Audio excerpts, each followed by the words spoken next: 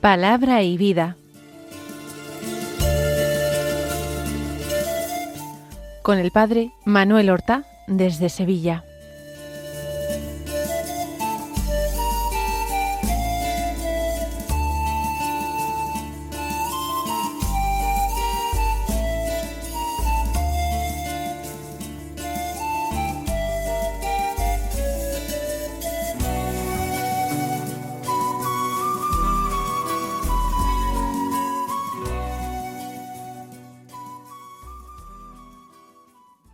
En el nombre del Padre, y del Hijo, y del Espíritu Santo. Amén.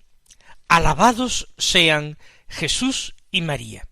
Muy buenos días, queridos amigos, oyentes de Radio María y seguidores del programa Palabra y Vida.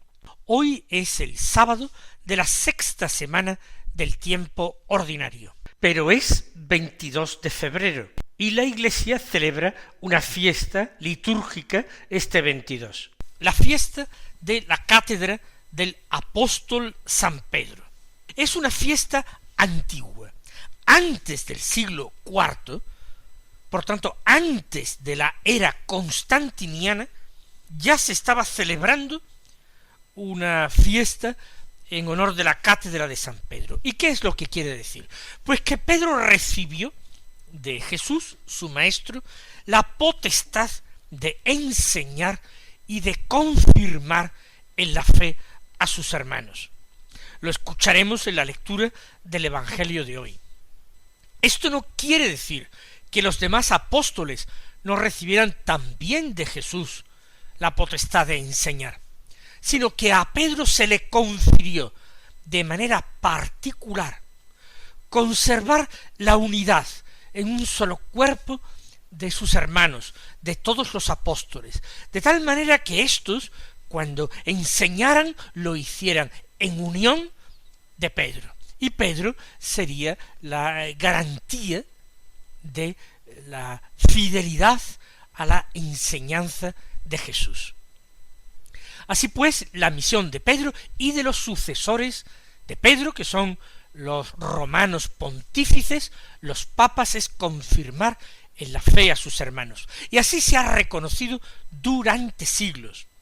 Cuando se planteaba en la Iglesia, en cualquier lugar, en cualquier región, grupo de diócesis, un problema doctrinal acerca de cómo había que creer algo, o cómo se debía actuar en determinada situación para vivirla de acuerdo con el Evangelio y la enseñanza de Jesús, la opinión del Papa era una opinión definitiva que se tenía en cuenta siempre en estos temas de doctrina cristiana o de moral. El Papa así era consultado desde toda la cristiandad cuando surgía un conflicto que a veces enfrentaba a diferentes obispos entre sí, o a los presbíteros de una iglesia particular con su obispo. El Papa actuaba no solamente como juez, también como juez, pero además, como decimos, para fijar la doctrina. De hecho, además de ser una fiesta litúrgica, la cátedra de San Pedro es una preciosa reliquia que se venera en Roma, hoy día en la Basílica de San Pedro del Vaticano. Es una silla, una sede de madera maciza, que es muy antigua, ciertamente será al menos del siglo IV o quizás antes, y de hecho si se le veneraba tanto es porque, según una tradición antiquísima, en ella se había sentado en ocasiones Pedro en Roma para enseñar. La fiesta de hoy, por tanto, es una fiesta para exaltar el primado del romano pontífice y la enseñanza, la doctrina, el magisterio del Papa. Nosotros la celebramos escuchando la palabra de Dios y meditándola en nuestro corazón. Tenemos que interrumpir la lectura continuada del Evangelio de San Marcos, que venimos realizando, porque al tratarse de una fiesta litúrgica, eso quiere decir que tiene lecturas propias, tanto la primera como el Salmo responsorial, como el Evangelio, así como en la celebración de la misa se reza o se canta el Gloria. El Evangelio que tenemos es de San Mateo, es un texto que nosotros hemos leído en San Marcos hace muy pocos días. Aquí está la versión de San Mateo, la confesión de Pedro en Cesarea de Filipo. En San Mateo está en el capítulo 16, en los versículos 13 al 19, que dicen así: En aquel tiempo, al llegar a la región de Cesarea de Filipo, Jesús preguntó a sus discípulos: ¿Quién dice la gente que es el Hijo del Hombre? Ellos contestaron: unos que Juan Bautista, otros que Elías, otros que Jeremías o uno de los profetas. Él les preguntó: ¿Y vosotros quién decís que soy yo? Simón Pedro tomó la palabra y dijo: Tú eres el Mesías, el Hijo de Dios vivo. Jesús les respondió: Dichoso tú, Simón, hijo de Jonás, porque eso no te lo ha revelado nadie de carne y hueso, sino mi Padre que está en el cielo. Ahora te digo yo, tú eres Pedro, y sobre esta piedra edificaré mi iglesia, y el poder del infierno no la derrotará. Te daré las llaves del reino de los cielos. Lo que ates en la tierra quedará atado en el cielo, y lo que desates en la tierra quedará desatado en el cielo. Ya sabemos para qué Jesús había ido a aquella región norteña de Palestina que es Cesarea de Filipo. San Marcos habla de las aldeas de Cesarea de Filipo. Aquí Mateo nombra a la región de Cesarea de Filipo. Jesús pretende estar a solas con sus apóstoles. Él desea plantearles esa pregunta decisiva que hemos escuchado. Una pregunta que tiene dos momentos. En la primera parte de la pregunta, Jesús no busca todavía una confesión de fe, no busca un compromiso, solamente sondea a través de sus discípulos las opiniones que tiene la gente. ¿Quién dice la gente que es el Hijo del Hombre? Y aquí viene una respuesta diversa. Unos que Juan Bautista, otros que Elías, otros que Jeremías o uno de los profetas. Identificar a Jesús con Juan Bautista se debía principalmente a la cercanía de Jesús con el ministerio de Juan. Todavía era muy reciente en la gente todo lo que Juan había dicho y hecho. Juan no había hecho milagros, pero su predicación había sido impactante. La de Jesús ahora es todavía más, pero hay coincidencias notables. Jesús exige la conversión, convertíos, porque está cerca el reino, y Juan Bautista también exhortaba a la conversión. ¿Por qué? Porque ya está cerca el que viene a bautizar con Espíritu Santo y fuego. Entonces, la primera identificación para algunos es Juan Bautista. El rey Herodes cree firmemente esto, que Jesús es Juan Bautista resucitado. Otros piensan que es Elías, el gran profeta. Esta confusión se debe a que en la enseñanza de los doctores de la ley, Elías es un profeta que ha de volver a la tierra para predicar la llegada del Mesías y anunciarla, para convertir los corazones de los israelitas al Mesías. Y esta creencia se apoyaba en el hecho de que la Escritura no habla de la muerte de Elías, sino de que fue arrebatado al cielo en carro de fuego, tirado por caballos de fuego. Para la tradición judía, Elías ha sido arrebatado al cielo para ser reservado allí hasta el momento oportuno. Su sucesor, Elías, será también un profeta poderoso en obras y palabras, pero morirá. Elías, en cambio, no ha muerto, Dios lo tiene en un lugar reservado para que desempeñe su ministerio final, que será el más importante. Otros, los apóstoles, dicen que Jeremías. ¿Por qué en concreto este Jeremías? Jeremías es uno de los 4 profetas mayores en la Biblia. En el orden de los libros de la Biblia, detrás de las profecías de Isaías, se sitúa Jeremías. Es un profeta que desempeñó su ministerio después, seguramente, de la muerte de Isaías, que murió mártir, seguramente, en tiempos del rey Manasés, asesinado por este. Jeremías predica aproximadamente en los últimos 40 años del reino de Judá. Él está en Jerusalén cuando el sitio que padece Jerusalén de parte del rey Nabucodonosor.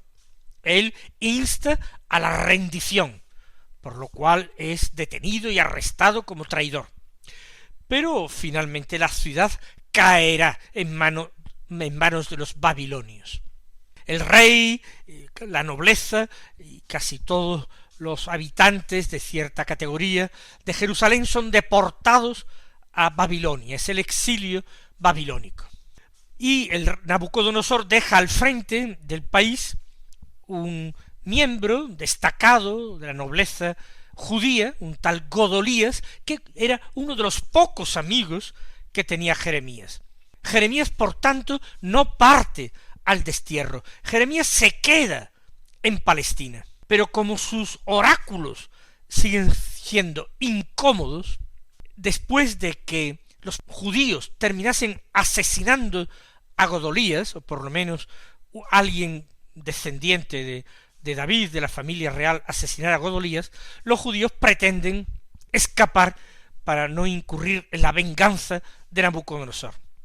Consulta a Jeremías, que se niega a partir, y entonces a la fuerza se llevan a Jeremías con ellos a Egipto. En Egipto vivirá los últimos años de su vida el profeta Jeremías, allí seguirá predicando y escribiendo sus oráculos, y seguramente murió apedreado por los judíos, por los suyos, en la ciudad de Tafnes. Pues bien, ¿por qué creer que Jesús es el profeta Jeremías resucitado? No solamente por su santidad, no sólo por lo acerado de sus intervenciones en contra de las autoridades de Judá, sino también porque Jeremías era el que había escondido el arca de la alianza antes del desastre, antes de la ruina de Jerusalén. Y en la tradición judía, la llegada del Mesías implicaría una restauración del reino de Israel y del culto del reino, y por tanto lo que unificaría de nuevo a todos los judíos descendientes de las distintas tribus, lo que daría nuevo esplendor y pureza al culto, sería que volviera a aparecer el arca de la alianza. No constaba que el arca de la alianza hubiera sido destruida, sino escondida por Jeremías. Luego tendría que venir Jeremías para devolver el arca. Sólo él sabía dónde se encontraba. Por tanto, confesar que Jesús es Jeremías, que ha vuelto a la vida, que ha vuelto a la tierra, implica también decir, estamos ya en los tiempos del Mesías.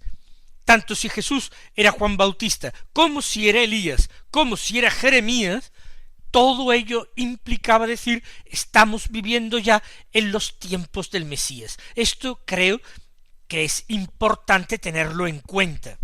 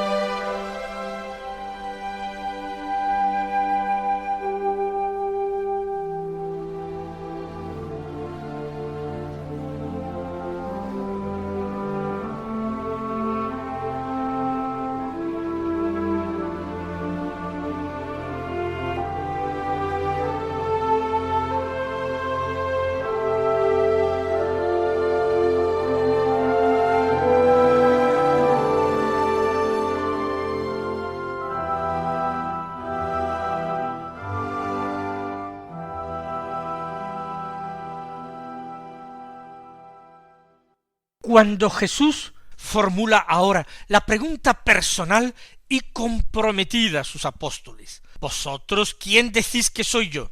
Es Simón Pedro el que toma la palabra para confesarle diciendo: tú eres el Mesías, el Hijo de Dios vivo.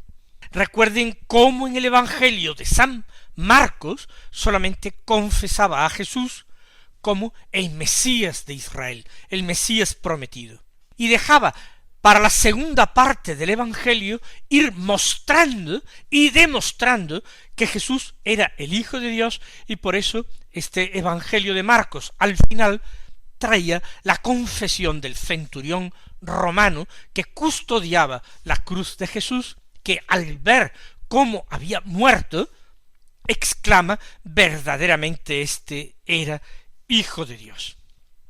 Aquí Pedro ya confiesa totalmente a Jesús como Mesías y como Hijo de Dios vivo. Y el Señor ahora confiesa a Simón: dichoso tú, Simón, hijo de Jonás. Simón Bar Joná, Simón hijo de Jonás. Jonás es el mismo nombre, en definitiva, que Juan. Por tanto, Simón hijo de Jonás, Simón hijo de Juan. Porque eso no te lo ha revelado nadie de carne y hueso, sino mi Padre que está en el cielo. Los hombres pueden intuir que Jesús es el Mesías porque en él concurren una serie de señales que están en las Escrituras, en los escritos de los profetas, con los que se podría identificar al Mesías. Pero confesar a Jesús, como en este Evangelio de San Mateo, como Hijo de Dios, este conocimiento sólo podía darlo el mismo Dios.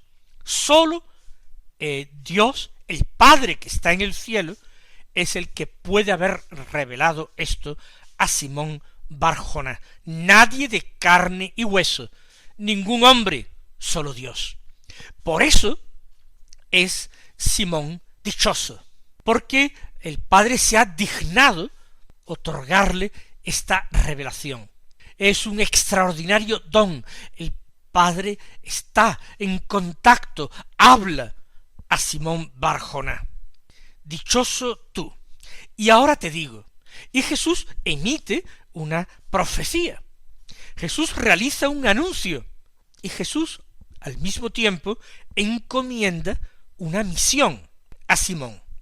Ahora te digo yo, con esa autoridad que pone Jesús. Por ejemplo, recuerden cómo en el Sermón de la Montaña Jesús va interpretando la ley diciendo: habéis oído que se dijo a los antiguos tal cosa, pero yo os digo, y empeña su autoridad, yo os digo, en contra o en frente de otras maneras que ha habido en el pasado de entender la ley. Pues ahora lo mismo, ahora te digo yo, y con toda su autoridad dice: tú eres Pedro, y sobre esta piedra edificaré mi iglesia. Efectivamente, Pedro significa piedra. Ese es el sobrenombre que Jesús le ha otorgado, y es un nombre simbólico. Recuerden aquella parábola en que Jesús decía que una casa edificada sobre roca, sobre piedra, era una casa sólida, que no se vendría abajo, aunque vinieran los vientos, aunque viniera la lluvia, se salieran del cauce los ríos y dieran contra aquella casa. Si estaba edificada sobre roca, sería inconmovible, mientras que si se edificaba sobre arena, cuando llegaran todos estos elementos naturales, las aguas, el viento, la tempestad, darían contra la casa y la casa se vendría abajo con estrépito. Pues bien, lo que Jesús construye, su iglesia no está edificada sobre arena, sino sobre roca. Ciertamente la roca es Cristo. Sobre Cristo está edificada la iglesia, sobre su palabra, sobre su promesa, sobre su decisión, su voluntad, que no hace sino transmitir la voluntad del Padre. pero hace falta un hombre que aquí en la tierra, después de que Jesús resucitado vuelva al cielo para sentarse a la derecha del Padre, él se quede como vicario suyo y tenga esa misma solidez de roca. Por eso tú eres piedra. Sobre esta piedra yo edificaré mi iglesia. Cristo es el fundador de la iglesia, el constructor de la iglesia, y Jesús la ha puesto sobre esta roca que es Pedro, sobre esta piedra que es Pedro. Y el poder del infierno no la derrotará. Estas son las tempestades, los vientos y las aguas salidas de cauce que pueden dar con fuerza contra este edificio. Es el poder del infierno, el poder de esa tormenta espiritual. No la derrotará. Es la confianza que tenemos los cristianos por generaciones y generaciones. La iglesia no se acabará. Es imposible que se acabe, que los hombres terminen con ella, y es imposible porque contamos con la promesa de Cristo. El poder del infierno no la derrotará. Y le promete: te daré las llaves del reino de los cielos. Lo que ates en la tierra quedará atado en el cielo, lo que desates en la tierra quedará desatado en el cielo. Este es el poder o potestad de llaves. Una potestad que goza el romano pontífice, el sucesor de Pedro. Tiene poder de atar en la tierra, de imponer cargas, preceptos, y esos preceptos que pone o impone son preceptos del mismo Cristo y están apoyados por el mismo Cristo que los hace suyos. Este es el poder de atar. Cuando el romano pontífice define una doctrina que ha de ser creída, es con la autoridad de Cristo que lo hace. Esto queda atado, queda zanjado, y lo que desates en la tierra, aplicando los tesoros de la misericordia de Cristo, eso también quedará desatado en el cielo. Mis queridos hermanos, que el Señor os colme de bendiciones, y hasta mañana si Dios quiere.